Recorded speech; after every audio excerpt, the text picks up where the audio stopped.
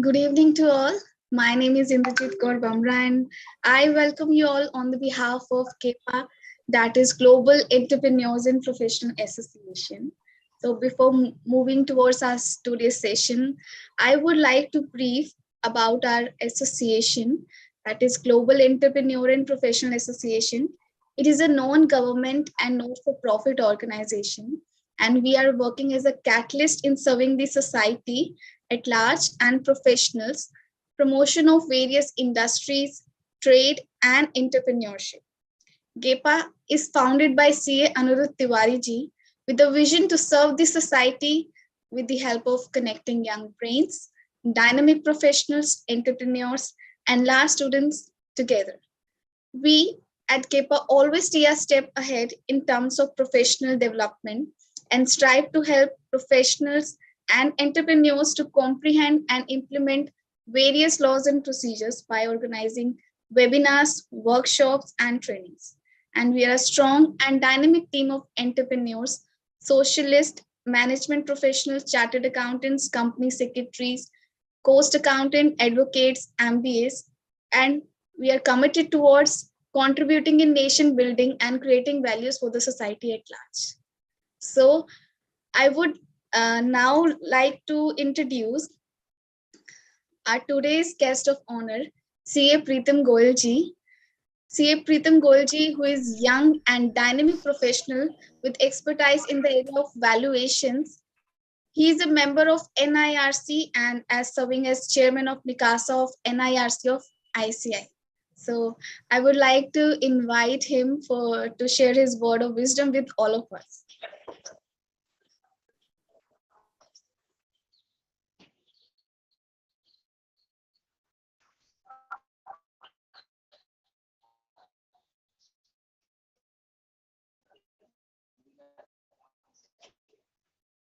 Thank you.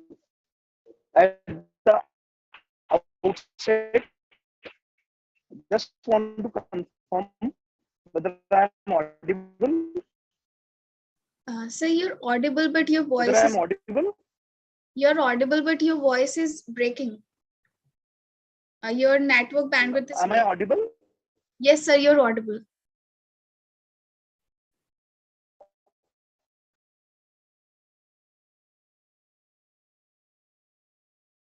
So please continue. Am I audible?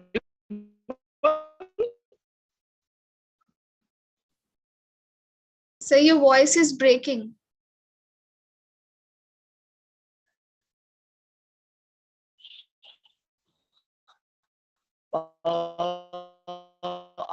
Anirudh ji, in case you can just confirm me if I'm audible or not.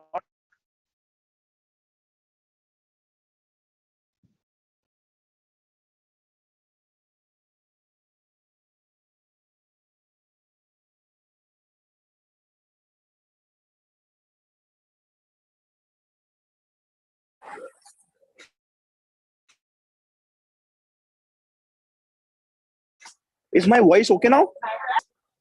Yes, sir. First of all, extremely sorry. I am not switching on my video for the better bandwidth. First of all, I would like to at the outset I would like to thank the team of GEPA and C. Anuruddh Tiwari ji, founder and the president of GEPA, for giving me this opportunity to deliberate my views with regard to this wonderful topic, that is startups and relevant uh, issues around it. When we talk about this topic, there are various parameters attached to this topic. Firstly, when we talk about the angel investments, the different stages of startups, their investment options, startup identifications, preferred sectors of investments are all of relevance when we talk about in current scenarios. Going by the angel investments, introduction to WFC, understanding different startups investment vehicles options, how we can put in our money in the form of CCPS, in the form of equity, in the form of OCDs, identifying the opportunities for startup investment processes and roadmap for next funding rounds is something which are of definite relevance. Along with that, when we talk about with regard to startups, funding and deal structure, it is of the prime importance. So what type of funding, type of investment, startups investment as strategic investments or pure investments or debt funding, wherein my funds are secured by a some coupon rate. That structure, investment processes is along, it's itself is an important parameter when we talk about investment with regard to any of the startups. Then we talk about the venture funding, types of angel investments, type of venture capital rounds, integration processes between the investors, startup founders, and HNIs. How to manage the investment processes from founder to HNIs to angel to venture capitalists is something which is which is which is the need of the hour, and which is this decade era when we talk about. Then the valuations, very core to my heart. Valuations, how we do financial modeling, how we do cash flow management, how whether we apply Burker's model, whether we apply market multiples, whether we apply discounted cash flows method. All these are of relevance when we talk about with regard to valuations model. So valuation model, when we discuss upon, these are two types of valuation model. One is from compliance point of view, and other is from price determination point of view. कोई भी management, कोई भी promoter अगर valuations की बात करेगा, उसका prime intent होता है कि प्री रेवेन्यू उसका क्या वैल्यूएशन है, पोस्ट रेवेन्यू उसका क्या वैल्यूएशन है, और 2 years down the line of revenue उसकी क्या वैल्यूएशंस है. Very very important. Then we talk about legal scenarios with regard to all the startups queries, legal structure, DDs of startups, decoding the due diligence report. अगर मैं FDD कराता हूँ, financial due diligence कराते हैं, या tax due diligence कराते हैं, so how we decode it, how to get the true due diligence report is of prime importance. क्या मेरे स्टार्टअप ने एक्चुअल में रिसीट्स ली हैं, yeah, it was an accommodation entries, or it was a fudging revenue which was routed through the startup just to create the valuation. Again, it's prime important. Then parameters and methodologies involved in legal due diligence is again a very very important. क्या मेरे IPRs, क्या मेरे trademarks, क्या मेरे patents सारे मेरे protected हैं या नहीं है? अगर नहीं है, then again it's a questionable startup कि मेरे स्टार्टअप से मुझे क्या रेवेन्यू मिलेगा या नहीं मिलेगा. Then coming to the negotiation parts, deal negotiation, structuring of deals, exit policies, cap table, from initial founders to the cap tables till the end is very, very important. Creating the taxation impact on the startup investments is again of a relevant importance. So that is something when we talk about with regard to startups is something we all need to understand, and I hope this course will endeavor all the participants out there here, and even the viewers who will see on a later stage to get benefit out of it. And friends, very precisely speaking about this startup industry is a very very finicky industry and very new industry. This industry can help you make money in case you invest in the right platform. अगर हम आज के दिन बात करें, startups founders जितने भी हैं, we have valued 3-4 companies who were part of Shark India tank.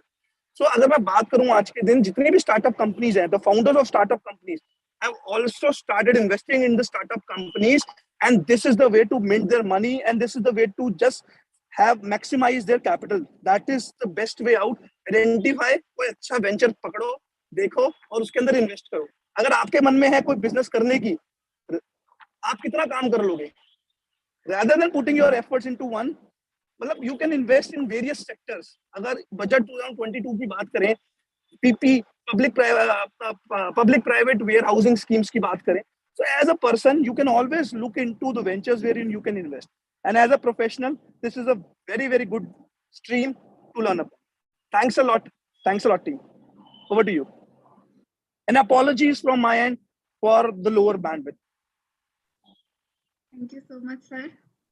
And now moving towards our today's speaker, Kshitij ji. Kshitij ji is an ex-entrepreneur with a total of 11 plus years of work experience.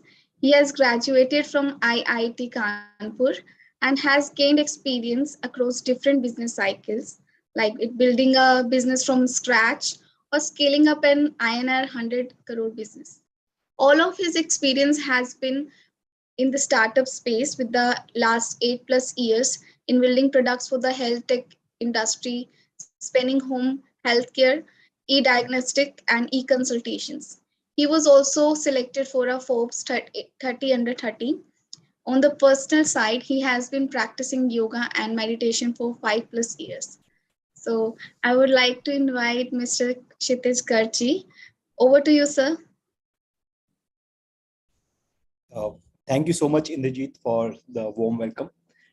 Thank you so much, everyone. Thank you so much, Anuruddh Tarun, for giving me this opportunity to share my views for around building a startup. Hello, everyone. Hello, all the participants. I would like to keep this discussion a very interactive one. So please, feel free to keep pinging your questions, sending your questions across the chat. I would love to take it up in between as well. And towards the end, definitely we can have more questions. I think I'll start off with the presentation. I'll switch off my video so that we have a proper bandwidth in place. And in case if needed, I can switch it back in the middle again.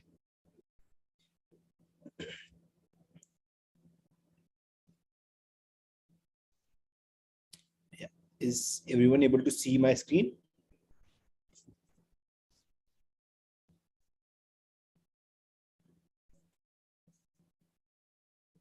Yeah.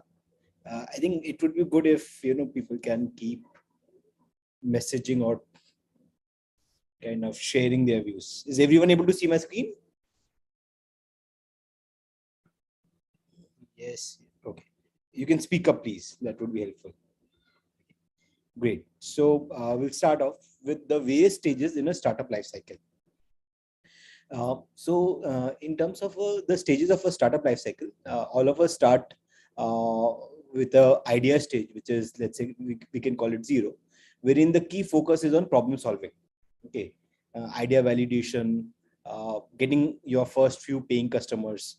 At this stage, the funding is like your own investment, whatever be your savings from the past, and getting it more from friends and family. Okay, this can be like your idea. I was told that multiple of you are working on your business idea as of now. So you can think of that. And the team at this stage is co-founders. So at the team part, we'll kind of come in later. But first, let's talk about the various stages of the startup life cycle. Then there's an early stage, which is achieving product market fit. We can call it 0 to 1, which is popularly known as 0 to 1. There are various books around it, which is something you should definitely read. Here, the key metrics to change should be your net promoter score should be 50 plus. You should be getting 50% of your customers via referrals, and your repeat rate should be 50% or more at least. Like out of the 100 customers who took your services last month, more than 50% of them should come back and repeat this month. The funding stage would be a seed funding stage, and we can take my startup, which is Healers at Home, as an example of this. I'll kind of go more deeper into this in the next slide. From here, then after this comes a scale up stage, which is going from 1 to 10. Okay, so you definitely need to maintain these all of these key metrics that you had in the 0 to 1 stage. Over and above this, the growth rate generally is around 50 to 100% month on month. Okay. The funding stage is series A to B in this case. And moving on from this, there's a growth stage, which is the journey 10 to 100, wherein the growth is 20 to 30% month on month. And funding stages, you can call it series C, D, E funded startups. A few good examples in this space would be Tata 1MG, PharmEasy, Cred, all of these. And then there's a late stage company, which is, you can call it 100 plus, wherein the growth is 1 to 5% month on month. The funding stage is series F and beyond. Even, IPO level, for example, Flipkart is series F and beyond. Zomato, Nykaa kind of have gone for their IPOs. So these are the various stages of a startup life cycle. Any questions so far?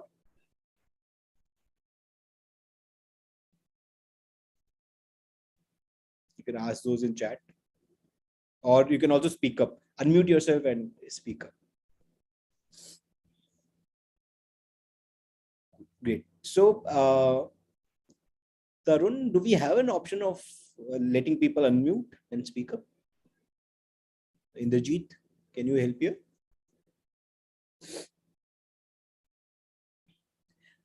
Great. I would like to ask a question to every one of you. What is the definition of a startup? Can someone tell? In the chat, can someone share it in the chat? Definition of a startup as per you. What is a startup?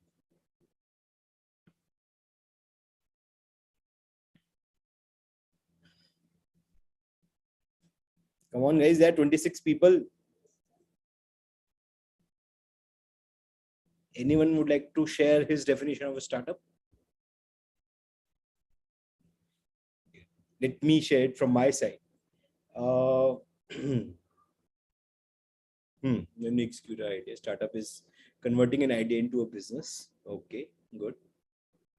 Great. Yeah, this is true. Having said that, there are various companies, as we can see here, of different stages. A startup is something which is called as, which can deliver a 7% week on week growth. By 7% week on week growth, it is meant in terms of revenue. Okay. So whatever be the idea that you are working on, if you are able to deliver 7% week on week growth, for example, last week you had a revenue of, let's say, 10,000 rupees. Okay. This week, are you able to generate a 7% growth on that revenue that you had last week? If you are able to sustain this for a long period of time, then you are called in a startup phase. Okay. Someone has asked, what is MOM? MOM is month on month. So this 20 to 30% month on month growth rate. For scale up stage, it's 50% month on month. And for late stage company, it's 1 to 5% month on month. Generally, the key metric in which all the startups are being measured is on a month on month basis. Okay. Good ideas coming up, having innovative ideas and implementing the idea and turning it into a business is also a startup. True. Yeah, very true. Good things that everyone's sharing. Now, this is, the stages of a startup life cycle. But more importantly than this, I'd like to share with each one of you, my own journey. Okay. Which can maybe help you understand what is a startup life cycle mean. Okay. And how you can go from an idea stage to a scale up stage to growth stage and, beyond from that. So as you know, at this stage, we need some, problem solving. We need some idea to work on. For me, I had graduated from IIT Kanpur, and post that, I'll just show you just. So this is my journey. Is everyone able to see it? Yeah.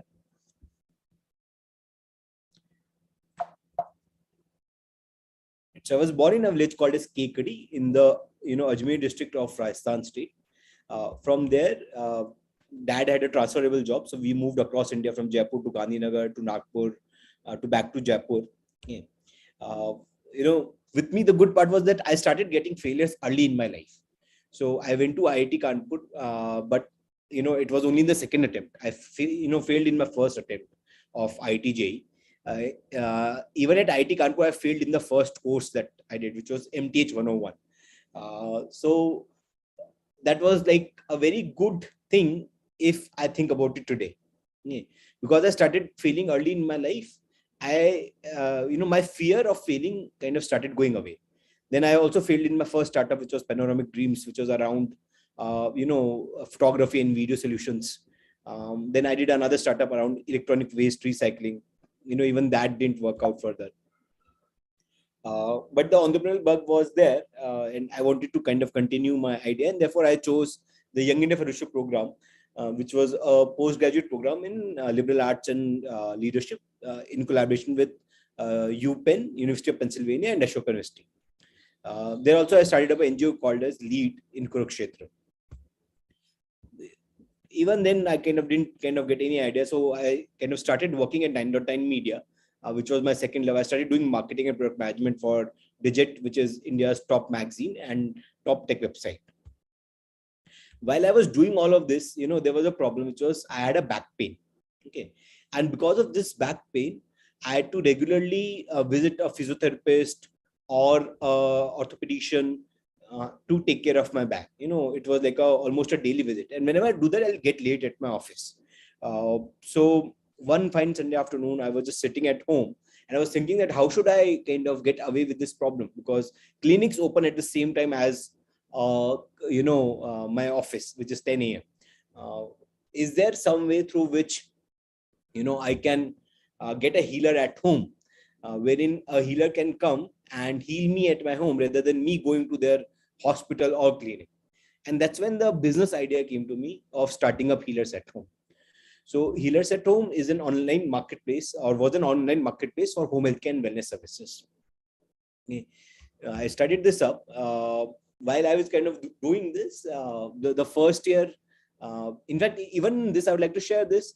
When the idea came to me, the first thing that I did was, I did a pilot project. Okay, so I did not leave my job at 9.9 Media. I continued my job, but I took a 15-20 day break from my office, and I started working on a pilot project for Healers at Home, wherein I created a basic website. I started doing Google AdWords, starting getting customers on my website, and started serving them through the network of the physiotherapist who I knew. So physiotherapy at home was the first service that I started with. Once I started with that service, then we started slowly getting customers. Unit economics started to make sense. By unit economics, what I mean is the amount of money that you spend for getting a customer.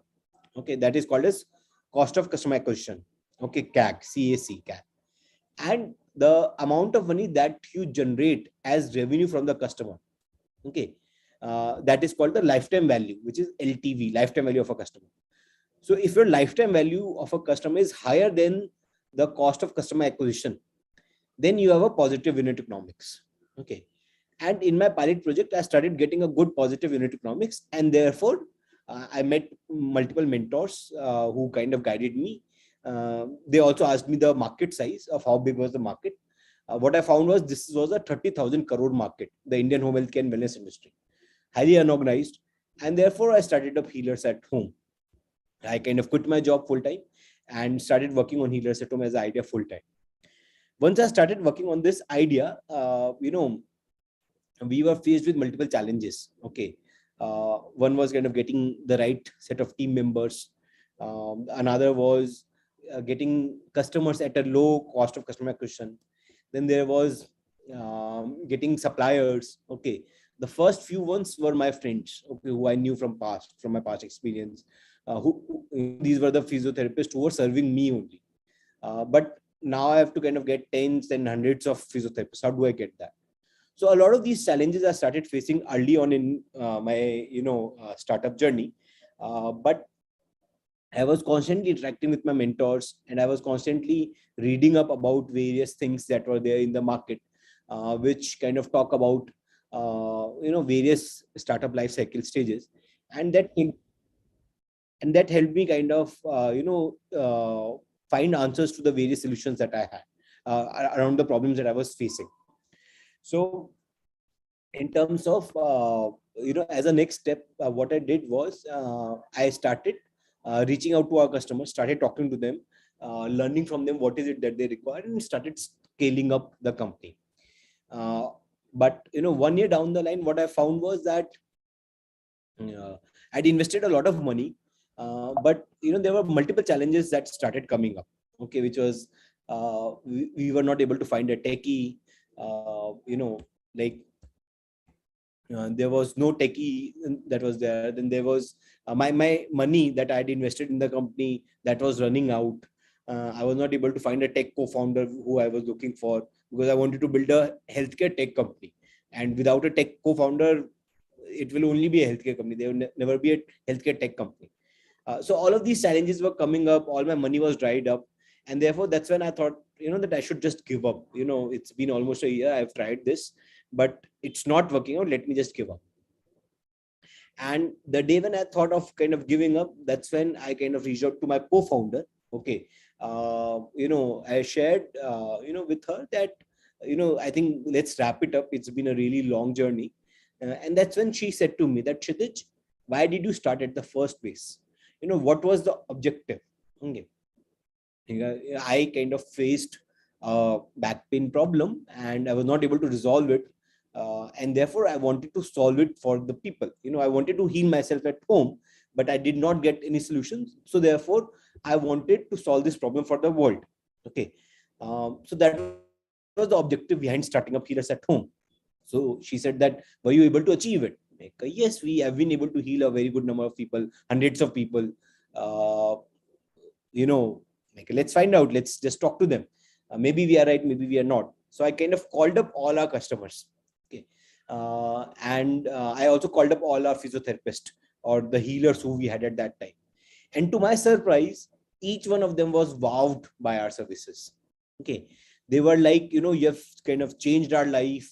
We've been able to heal, in just a matter of less than a month. Now earlier we were kind of bedridden, we're having a lot of back pain or neck pain or leg pain. But now we are able to walk properly. We are able to go to our office because of your services. Then I also called up all our physiotherapists and healers. They are also wowed by our services. They were like, you've generated a huge amount of money for us.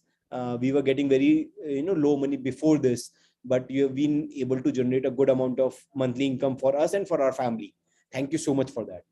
And this was like a eye-opening thing for me. Okay. What I did was, then like we together decided that we'll continue on the journey, and let's see. Okay, we are not getting a techie, we are not getting funding, but our objective is being met. Okay, we are able to heal people at home, plus we are able to generate higher income for everyone who's present out there, in terms of our healers and partners. And therefore we continued the journey, and within a matter of next 1.5 months, a super awesome techie joined us, our team, as a tech lead, and we were also able to get seed funding with some of the very big names in the healthcare industry. There was Mr. Daljit Singh, who was the president of Fortis Healthcare at that time. Dr. Pramath Sinha, who was the founder of Indian School of Business that time. They plus Hyderabad Angels invested in Healers at Home, and we were able to kind of build startup from there on. So the key learning out of this was that, persistence is the key. Okay. In the early stage of your startup journey, you need to find an idea that you are really passionate about, something that you want to solve for the world. Otherwise, it won't last.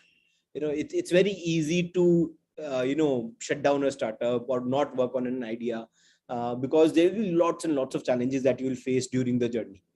But while you are in that journey, if your vision, for example, this was my vision, this was my objective, which was like, we will bring hope to people's life, we'll give them a reason to stand back, we'll be the reason for their smile, bring back the happiness in there, we'll heal them at their sweet home, and we'll be known as healers.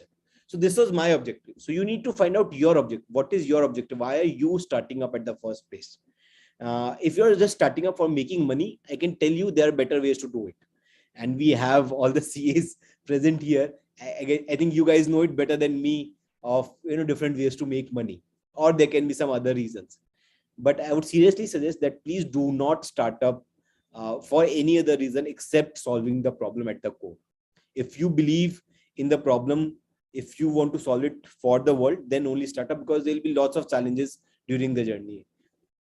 मैं आप सबको डरा नहीं रहा हूँ, but I'm just telling you that how important it is to find the right problem you want to solve, okay, or the idea that you want to bring to life, because you need to be married to that idea, and that is the time that is the only way through which you will be able to really go through all the ups and downs of a startup journey. So this happened for us. We were able to kind of get the funding. In the next 1 year, we were able to drive a 10x growth, in terms of number of home visits per month. We were, we got the funding and were able to get a really good growth in terms of number of home visits per month, or in terms of revenue per month. And all of this happened through, various things, like we started marketing on Facebook, Google AdWords. I'll also kind of in parallel keep talking about the team. So as far as, in the initial stage, my techie is concerned, so or my co-founder is concerned, that was someone who was a close friend. Okay. So initial co-founders, you kind of need to get that. These will be the people who would trust you. Okay, ideally these are people who have known you from your college days, or your work days, or maybe are in your relation, from one of your relatives, or your brother or sister, right? So the people who trust you ideally would be your co-founders. If you are not able to find anyone out of those, then you start looking out on various platforms like AngelList and all. But even there, the kind of co-founders you will find, you need to be at a level wherein, if I talk about how to choose a co-founder and key things to look at. Sure. So the key things to look at while finding a co-founder is, number one is trust. Can you trust this person with your life? Okay, this is very important because if you are doing a startup, your startup will be your life. Like, it will be a 24/7, 24/365 effort. So can you trust this person with your life? If yes, then definitely they are like a good co-founder fit. Also, can you trust this person with your finances? Mhm. Sure, I'll answer this, Niharika. Good question. Then in terms of, one is, you need to trust the person. Second is, you need to have complementary skill set. So for example, if you are a management guy, then you need to find a technical co-founder. Okay, or even within management, if you are a marketing guy, it would be good to have operations or a supply chain or a human resources or many more such management related fields that are there. It would be a very bad idea to have co-founders of the same skill set. Like, you are good in marketing and you have also found another co-founder who's good in marketing. Okay, that should not be the goal. The goal should be to get someone as a co-founder who has complementary skill set as compared to what you have. Okay, technical skills can be coding skills, design skills, product management, or more. Okay, and the third thing that you need to look at is the person committed? Like, how committed are they? You need to check their commitment. Is the person committed as you are? Is he or she finally kind of coming in just for name, fame, salary, money, or they're coming in for the idea or the mission that you have? Okay, that is something you need to check. And second, that how far are they willing to go with you? Like, for example, let's say if you're not able to raise funding for a, let's say, 1 year, 2 year period, and you have to go without salary, first of all, are you ready to go without salary for 1 year, 2 year period? If yes, then is your co-founder also ready to go for that? I'm not saying that you have to go. You may be able to raise funding in a matter of 6 months, 3 months, but you should be ready for it. If you're ready for it, then anything and everything that will come during the journey, it will be easy for all of you. Okay. So that's about how to choose a co-founder. I think I'll answer. So Niharika has just now asked that why shall we choose a co-founder? हम लोग तो सब खुद ही co-founder रहेंगे, right?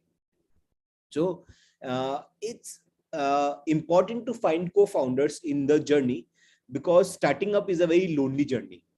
Okay, तो अगर आप अकेले ही एक founder है, then you cannot call it co-founder. So if you are a single founder, then what happens is that during the startup journey, when you will face various ups and downs, there will be no one to support you.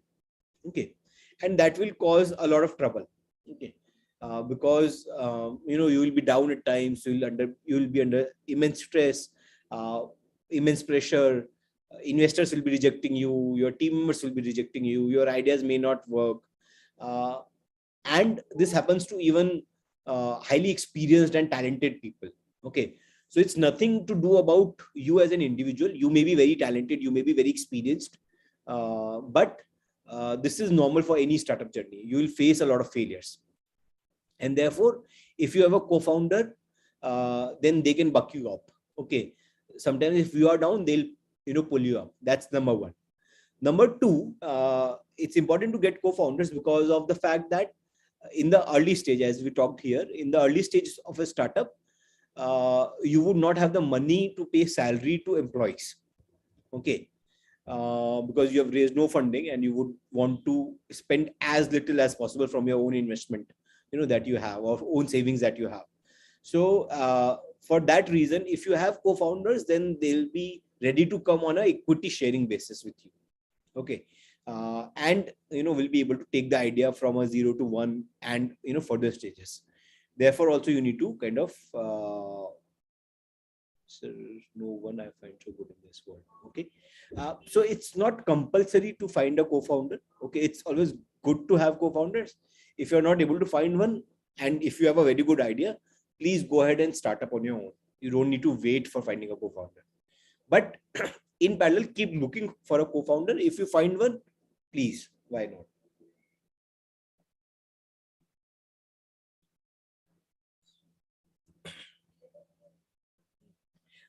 How much equity should we give to co-founders? Very good question, Manu. So, in terms of equity, generally it is being said that you should be sharing. Let's say if your co-founder comes in at an idea stage, at a very early stage, when you are just thinking about the idea, you're just thinking about the problem of what problem to solve and how to solve, then you should go straight ahead, go with equal equity for 2, 3, 4 of you, right? So for example, if there are two co-founders, then just go with 50-50%. If there are three co-founders, go with 33% for each one of you. Okay, 33.33% for each one of you. Why this is important? Because they should not feel that you are someone who's kind of taking over, you are someone who's taking more at an early stage and giving them less. Okay, if you kind of give them equal equity, then they work as owners and as equals during the journey. But let's say if there are other co-founders, and also there's one more important part in this, which is the level of experience and skill set that they bring on table. Okay, so let's say if you get someone who's similar experience as you are, then definitely you should give them 50% equity. If they are very less experienced as you are, then you can obviously choose a lower number. You can give up anywhere between 10 to 50%. Okay. Also, in the case of, let's say, if you have started up on the journey, okay, you've crossed the idea stage and now you are like in the early stage wherein you are achieving product market fit. You have some paying customers, okay, that have already come in. Then also you can give a lower equity, which is anywhere between 10 to 50%. Okay. Also, at the same time, I like to say that the early team members, all of these, the hacker, the designer, the growth manager, plus, few more employees, you generally keep a ESOP pool of 10%. Okay.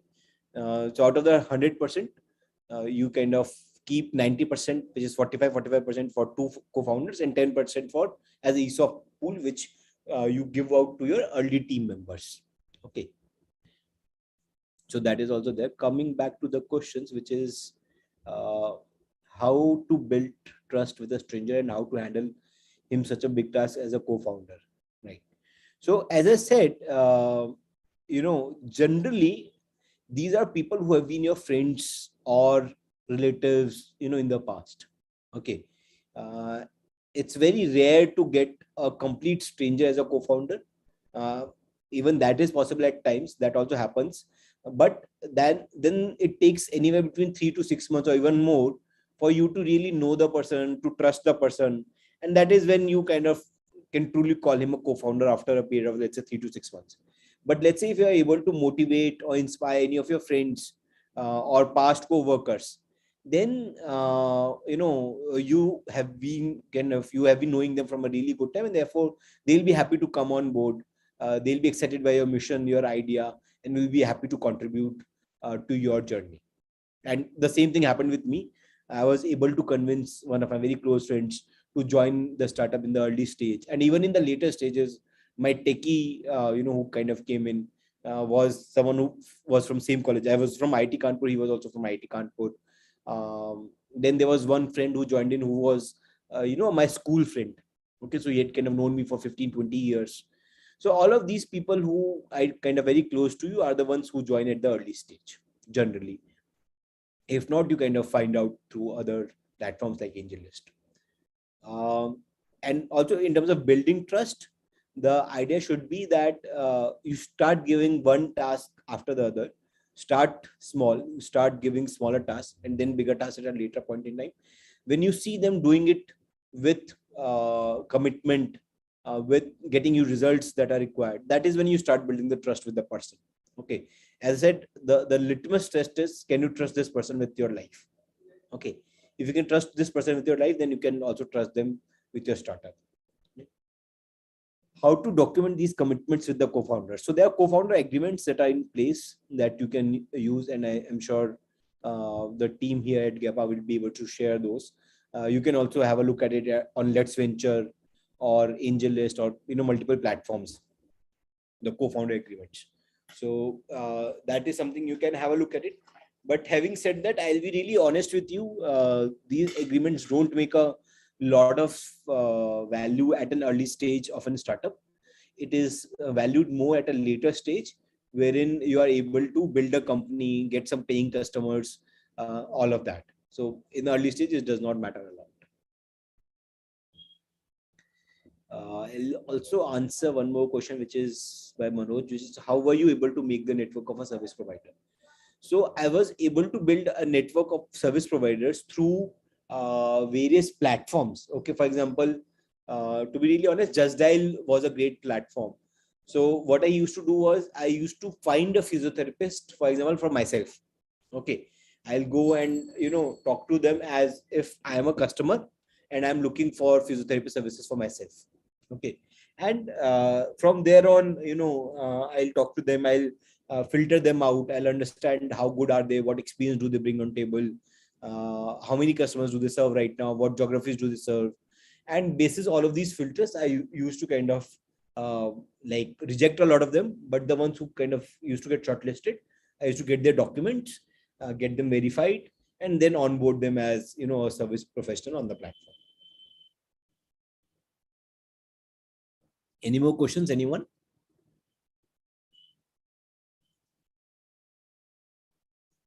As a freelancer, yes, yeah. So we had built an online marketplace platform, and therefore all of this was through as a freelancer platform. Social media marketing, what are the other ways of groundwork, right? So in terms of marketing, or if I talk about growth of a startup, growth of a startup kind of comes in through various marketing channels like Google AdWords. Then there is Facebook ads. Then there is offline marketing. Okay, Just Dial, Sulekha, Urban Clap, Urban Company. If you are kind of providing similar platforms. Okay, so all of those are there. Having said that, I think I'd like to say that why is it also important to have a digital presence? Okay. Why you need to have a digital presence is because of the reason that digital is a very smart platform. By smart, I mean it's specific, measurable, achievable, result oriented, and time bound. So for example, if you run an ad on Facebook, okay, it's up to you of how much money you want to put in, for how much time you want to run that ad, what kind of result you want. You want the click on your ads, or you want people to land up on your landing pages, you want people to convert on your landing pages, what kind of result are you aiming for? All of that can be targeted through Facebook and Google and similar digital platforms. Okay, so that is something you can do. In terms of plus at the same time, why digital? Because you should be where your customers are, and all of us are present on phone at all the time. We are glued to LinkedIn, Facebook, different social media platforms, Google, WhatsApp, all of these platforms, and therefore it's important to market yourself on various digital platforms. Having said that, offline marketing is also important. It's it can give you a good presence. So in terms of offline marketing, you can have a look at pamphlet distribution, in newspapers on a daily morning basis. If you have a product that appeals to a lot of consumer, if you have a B2C product, then you can use pamphlet marketing. You can also get to ads in different magazines. Plus there are various nowadays there's another big channel, which is there's marketing at a society level. Okay, so a lot of us live in metros, and even in tier 2, tier 3 cities nowadays, there are a lot of these flats. Okay, so a lot of marketing happens within the flat network itself. there are various companies doing that, so you can use that as well for your marketing purposes. Who are the professionals who help making a startup and brand? So mostly, Sunil, I think the professionals who help is your own internal team. Okay, you need to hire a growth manager or a brand manager, as I said here. So in the early stages of a life cycle of a startup, you need to find a hacker, the designer, the growth manager. What these three people do generally is, for example, the growth manager. Okay, the growth manager, or you can call the marketing manager, is someone who has some experience in the past of marketing. Okay, this person would come in, he will use various platforms like social media platforms, like SEO, a lot of blogs that will be used, a lot of SEO will be used to build your brand on the digital platforms. Plus, you can also do the same on a offline platforms as well. So that's something you can use. In terms of how to manage all of this, while we need to cut cost to the starting stage. So Niharika, it's important to do a lot of this between the co-founders. So as I said, you need to have complementary skill sets. So for example, let's say if you are good at marketing and operations, you need to find a co-founder who's good at coding or design or product management, right? Or maybe all three. Okay. So if there are 2 to 3 co-founders who are an expert in different fields, then you will be able to guide the team which is under you. Okay. And then,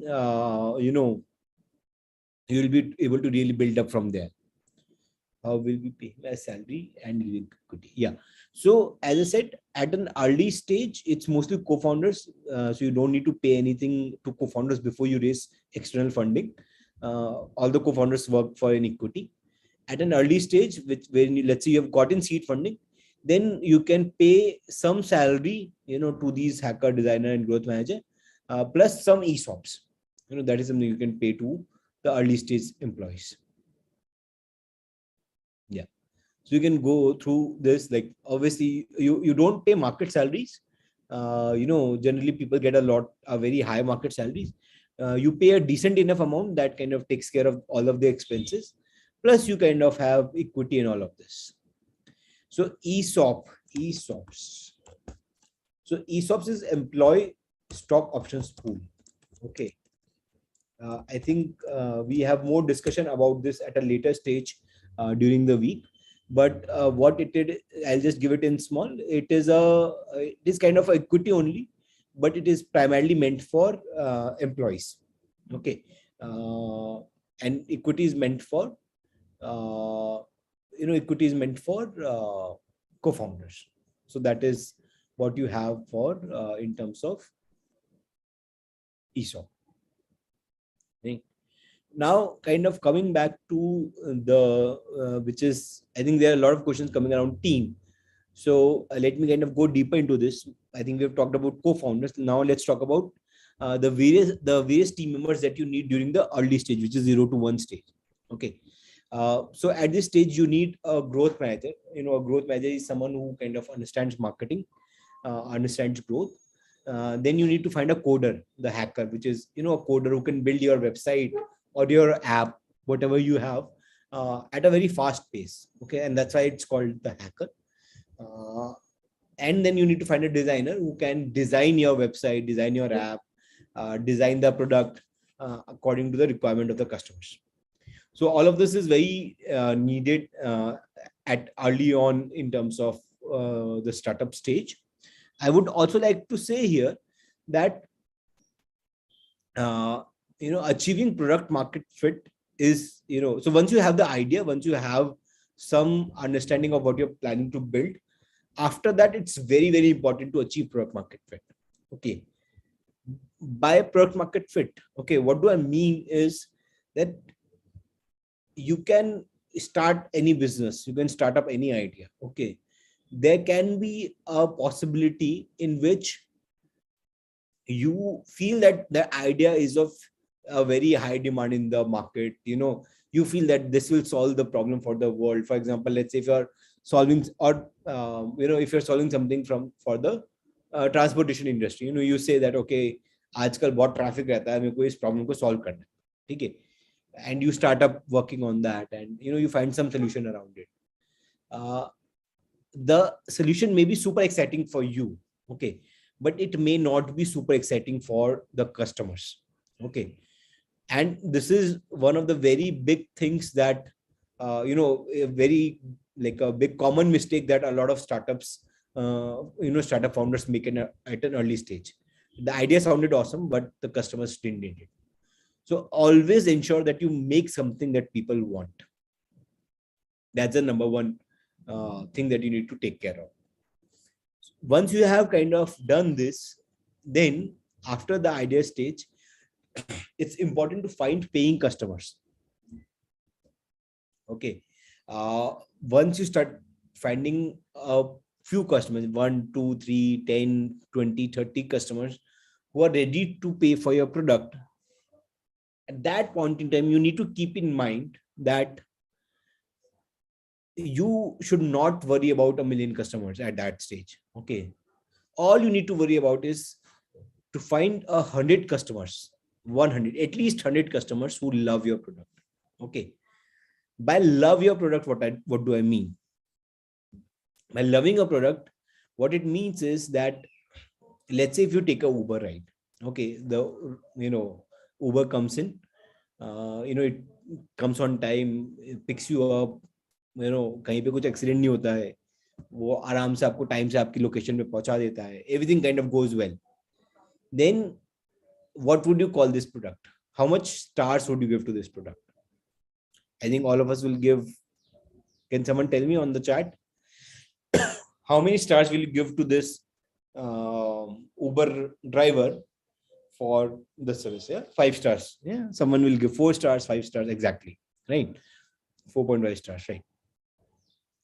Now imagine if you are able to, the same Uber rider, Uber driver who comes in, and he comes in with, Bisleri mineral water bottle. The AC is super awesome. It's working well. The music is as per what you want. There are snacks within the Uber ride. Exactly, right? So Niharika, you will give 7 stars, right? Now let me take it to another level. Let's say the Uber driver, you had ordered a Uber Go, but what you get is an Innova.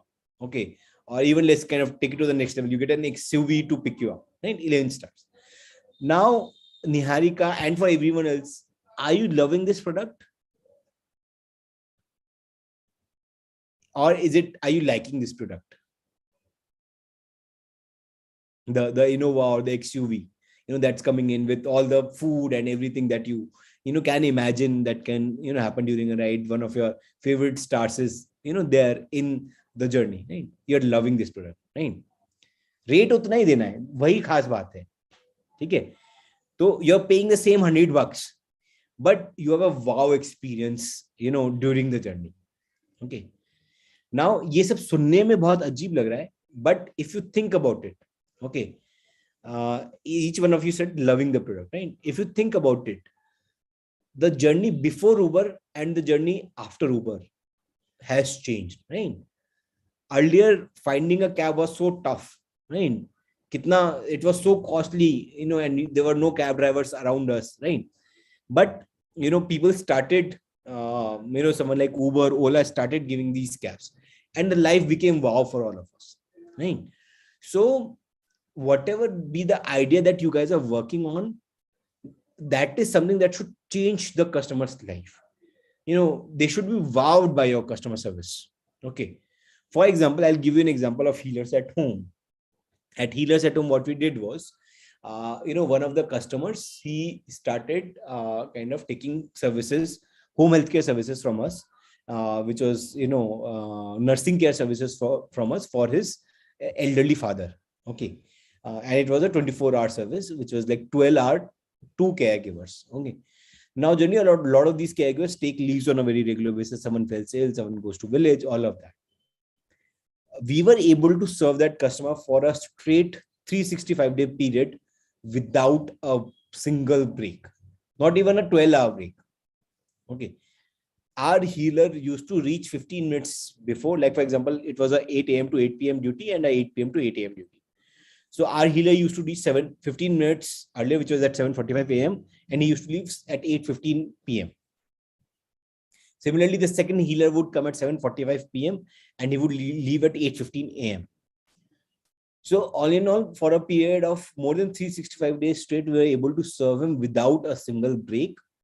The health of the uncle who we were serving, we call them as family members. So the uncle who we were serving improved significantly. Earlier he was bedridden, and then due to the services that we were able to provide, the nursing care services, he was able to walk. He was able to go around his colony. He was able to travel in a car. His kind of life improved. Right? And that is when the family who was taking our services gave us 7 stars. Okay, so all of you, whatever be the thing that you're working on, you need to think of how you can provide things, how you can provide services that customers love. I would like to show each one of you one important thing here. Just give me a minute. I think you will get what I'm talking about. And it does not cost money, I can tell you that. It does cost a lot of brain. You need to kind of put in a lot of brains behind, but you can deliver wow services. And watch this video. Tell me, what do you think? If you were there, would you have loved it or liked it? Also tell me if you're able to hear the voice.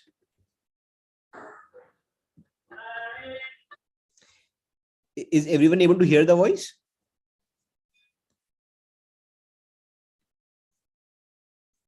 Can someone tell me in the chat, is everyone able to hear the voice? Hello everyone, I'm Chitin Garg, the founder of Freedom. Yeah, hearing the voice, right? Rishu said yes, I guess. Okay, cool. Let me just start it from the beginning.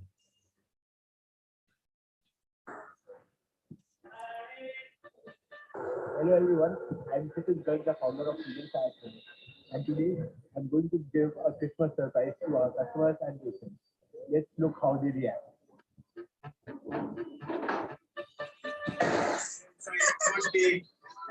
Hey Christmas!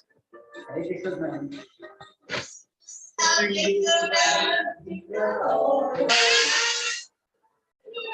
Hey Christmas! Easy. लो पकड़ो. Wow. Actually, the entire half है. ये जो कि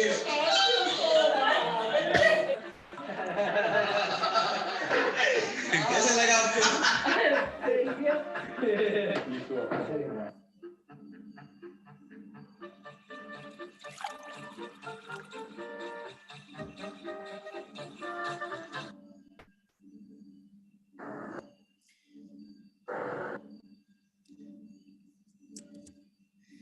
So guys, tell me, how was this?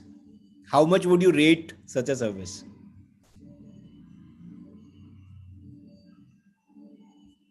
Loved it, right?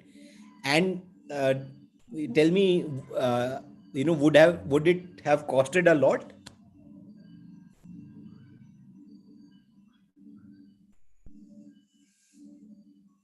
Right. But what was the key thing that went behind in giving this wow experience to our customers?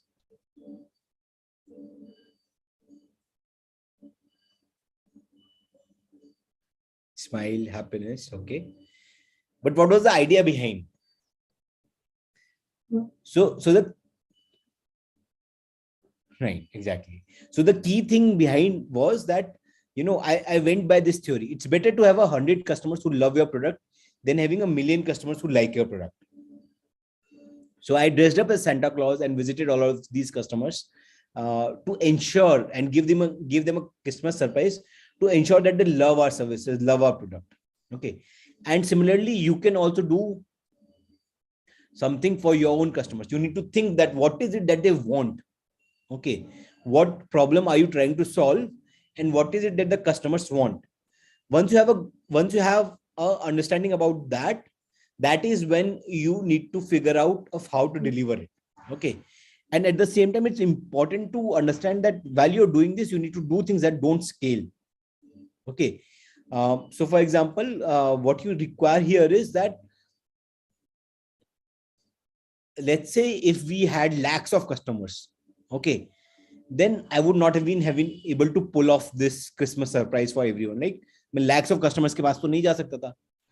But because हम early stage में थे, हम ये 0 to 1 वाली stage में थे, hundreds of customers जो थे हमारे, उनके पास मैं जा सकता था. And वो भी scalable नहीं था. मैं हर दिन नहीं जा सकता था as a founder and CEO of the company. Right? I could have gone once, twice, thrice. But it was important to go and meet them in person once, twice, or thrice, because of the reason that it helped me really understand what is it that they want. So before I went to them as a Santa Claus, I went to them as a founder and CEO of the company, and I understood their requirements. That what are their, so this is the third one, which is listen to your customers and customize your product according to their requirements. You should ask them that what are your top requirements, what are your top 3, top 5 requirements, and then also prioritize it. Ki, acha, theek hai. For example, when I went to the customers, I asked them that, okay, what are your requirements? Someone said safety. Someone said, I want a very good healer. Someone said, I want a 24-hour service. So everyone had different requirements. But then when you start meeting a lot of customers and start talking to a lot of customers, that is when you realize that, okay, at least, okay, I met 100 customers. Out of 100, 70 of them said that I need a continued service without a break service. Okay. So that becomes my topmost priority. And then I build a product according to the requirement of the customer. The second requirement that came to me was that I want a healer who can, like, the second problem that the customers were facing was that all the healers used to come in late and leave early. Okay. So the way we solved it was that our healers started reaching 15 minutes in advance and started leaving 15 minutes late. Okay. So all of this is something we were able to pull off really well during the healers at home journey, and we were able to achieve product market fit. Got it? Any questions, anyone?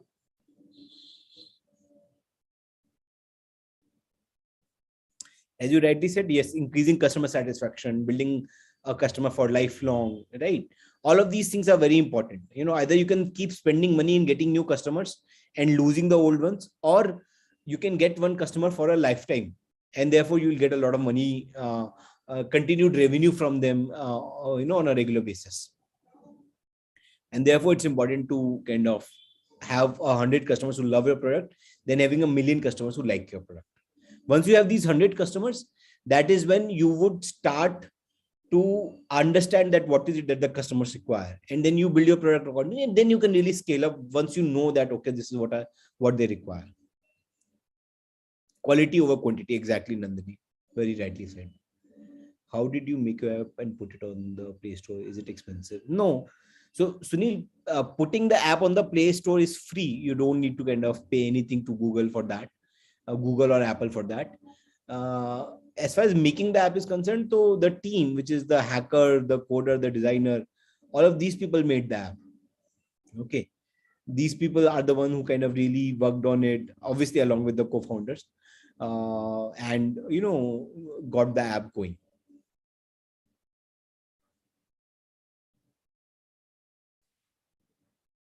Any more questions?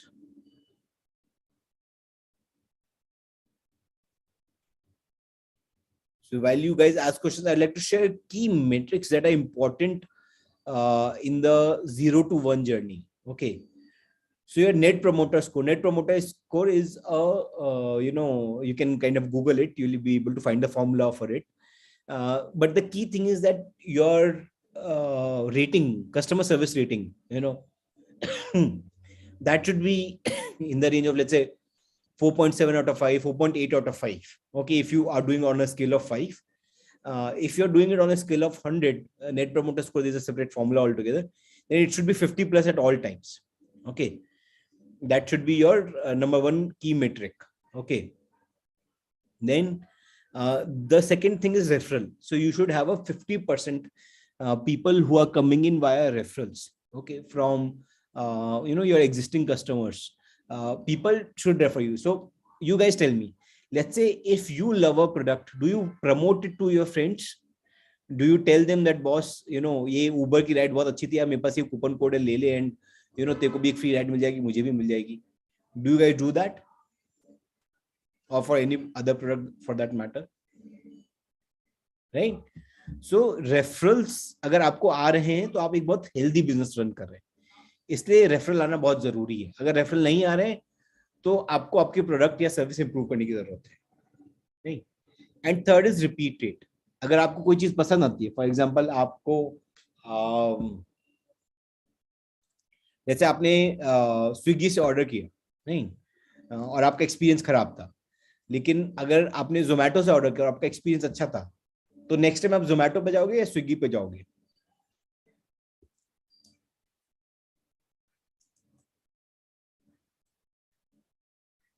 बताइए. जहां पे आपका experience अच्छा होता है उस पे repeat करते हैं, या जहां एक्सपीरियंस का जोमेटो, राइट? तो अगर आपका रिपीट रेट अच्छा है, विच इज जो 100 कस्टमर्स आ रहे हैं उनमें से एटलीस्ट 50 प्लस रिपीट कर रहे हैं, then you have the right product market fit. Okay, एक बार जब आपका प्रोडक्ट मार्केट फिट अचीव हो जाएगा, तब आप सब जो है मिलके नेक्स्ट राउंड ऑफ फंडिंग के लिए जा सकते हैं, okay, which is your series A, series B. All of the investors out there, they look for product market fit before giving you a series A funding. And also this is the most important thing in any business. अगर आपने product market fit achieve कर लिया तो अपने आप आपके business की बहुत सारी प्रॉब्लम सॉल्व हो जाएगी. एंड एक और चीज याद रखने की वो ये है कि ये जो सभी चीजें हैं, ये जो की मेट्रिक्स हैं, ये सिर्फ सीड स्टेज में नहीं याद रखने की है, ये हमेशा याद रखने की है, ये आगे भी बहुत काम आएंगी. ठीक है, जब आप आपका बिजनेस बढ़ाएंगे, आप let's say scale up stage पे ले जाते हैं या ग्रोथ स्टेज पे ले जाते हैं, तो मैंने लिखा है ऑल ऑफ द अबव. ये जो ऊपर के मैट्रिक्स हैं ये तो मीट करने ही चाहिए, उसके अलावा ग्रोथ इतनी आनी चाहिए, समझ रहे? तो ये लाइफ टाइम जर्नी में you should always wow your customer, you should always give wow services. You should always have a very high level of customer satisfaction in the services you are providing or the product you are selling. Got it, guys? So if there is one takeaway that you want to take from this class, it should be this, which is it's better to have 100 customers who love your product than having 1,000,000 customers who like your product. Million मतलब 10 lakh.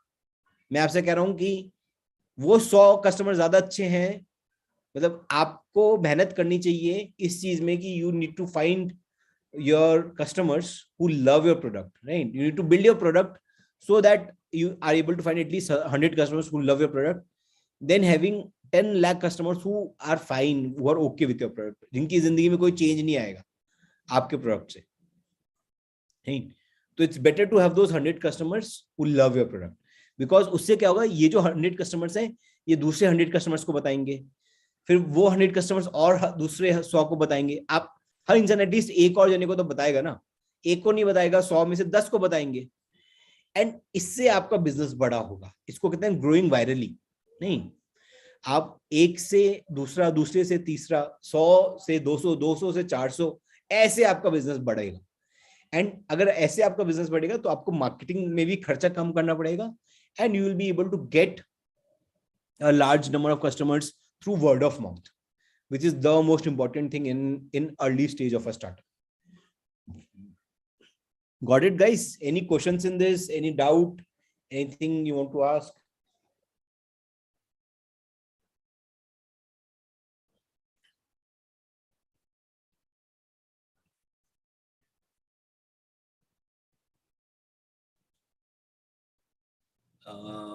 How exactly the Facebook works in promoting your startup?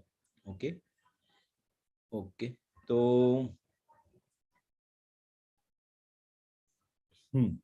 so Facebook plays a very important role in promoting a startup. As I said, digital is like a very key thing.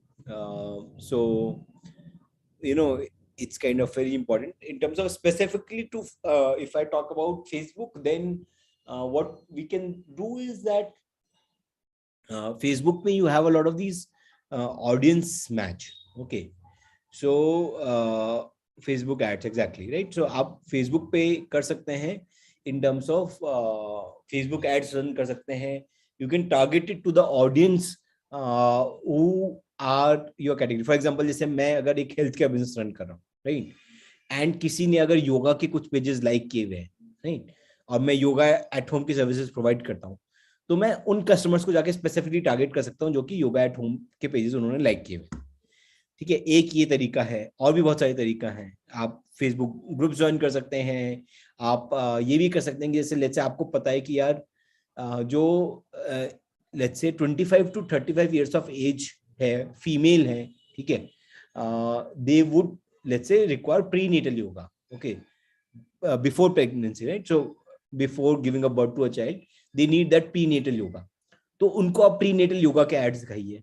ठीक है, जो 55 plus age group के हैं उनको आप जो है like older age में योगा कैसे बेनिफिट करता है उसके एड्स दिखाइए. जो मेल है 25 to 40 इयर्स ऑफ एज के, उनको दिखाइए कि बैक पेन को कैसे क्योर किया जाए थ्रू योगा, राइट? सो ऐसे आप अपने एड्स को कस्टमाइज कर सकते हो. This is the requirement. ठीक है, तो इसमें और काफी डिटेल, फेसबुक बहुत बड़ा प्लेटफॉर्म है, उसमें बहुत सारी डिटेल्स हैं, इसमें हम जा सकते हैं, बट मोटा मोटा ये कुछ चीजें हैं जो कि आपको ध्यान में रखने की हैं.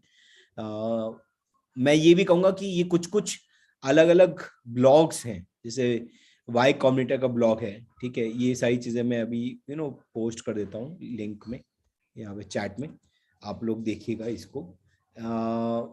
ये सारा जो है काफी, जितनी भी जैसे अभी मैंने बातें की उनमें से बहुत सारी चीजें यहाँ पे हैं, ठीक है, जो आप देख सकते हैं. हाँ, डिजिटल मार्केटिंग की ट्रेनिंग भी ले सकते हैं आप लोग. ठीक है, सो फॉर एग्जांपल जो मैंने अभी पूरा बात किया वो आपको एयरबीएनबी के वीडियो में यहाँ पे ब्लिट्ज स्केलिंग वाले में दिखेगा. How to start a startup, ये एक वाई कॉम्बिनेटर की बहुत ही अच्छी वीडियो है, ये भी आप देख सकते हैं. In fact how to start a startup की एक आई एम अहमदाबाद का भी एक वीडियो सीरीज है यूट्यूब पे, I am Ahmedabad YouTube videos, इनको भी आप देख सकते हैं. ठीक है, इससे आपको बहुत कुछ सीखने को मिलेगा. एंड आप you can get a build from there on according to the requirement that you have. So ये हुआ प्रोडक्ट मार्केट फिट अचीव करने का. Any questions anyone has?